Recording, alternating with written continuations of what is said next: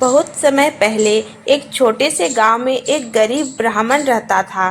ब्राह्मण अत्यंत धार्मिक और दानशील था। उसकी पत्नी भी अत्यंत धर्मपरायण थी। उनके घर में माँ लक्ष्मी का वास था, इसीलिए उन्हें कभी भी धन और समृद्धि की कमी नहीं होती थी।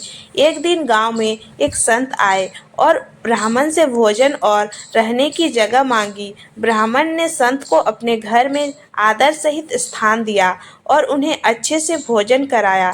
संत ने ब्राह्मण से कहा, तुम बहुत उदार हो, लेकिन ध्यान रखो कि तुम कुछ विशेष चीजें दूसरों को देने से माँ लक्ष्मी नाराज हो सकती हैं और तुम्हारे घर से समृद्धि चली जाएगी। ब्राह्मण ने संत की बातों को अनसुना कर दिया और हमेशा की तरह उदारता दिखाने लगा। उसने अपनी पत्नी को भी संत की बात नहीं बताई। एक दिन गांव में एक भूखा आदमी आया और ब्राह्मण ने उसे घर में रखा चावल दे दिया। फिर एक दिन किसी ने नमक मांगा और ब्राह्मण ने उसे भी दे दिया। इस तरह ब्राह्मण ने धीरे धीरे घर की महत्वपूर्ण चीजें दूसरों को देनी शुरू कर दी। कुछ समय बाद ब्राह्मण के घर की स्थिति बिगड़ने लगी। धन की कमी हो गई। भोजन के अभाव में परिवार को कठिनाइयों का सामना करना पड़ रहा था।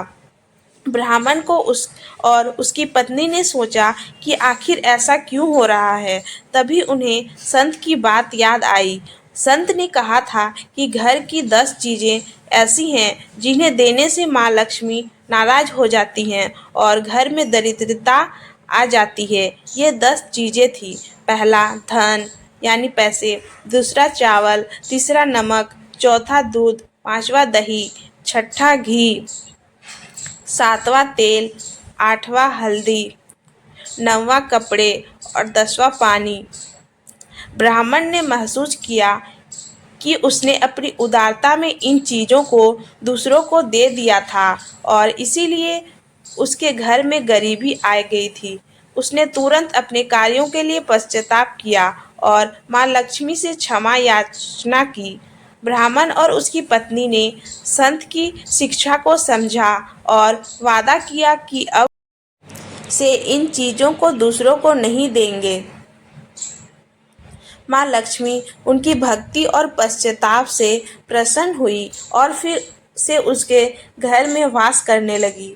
धीरे धीरे ब्राह्मण का घर फिर से समृद्धि हो गया और वे सुखी जीवन जीने लगे।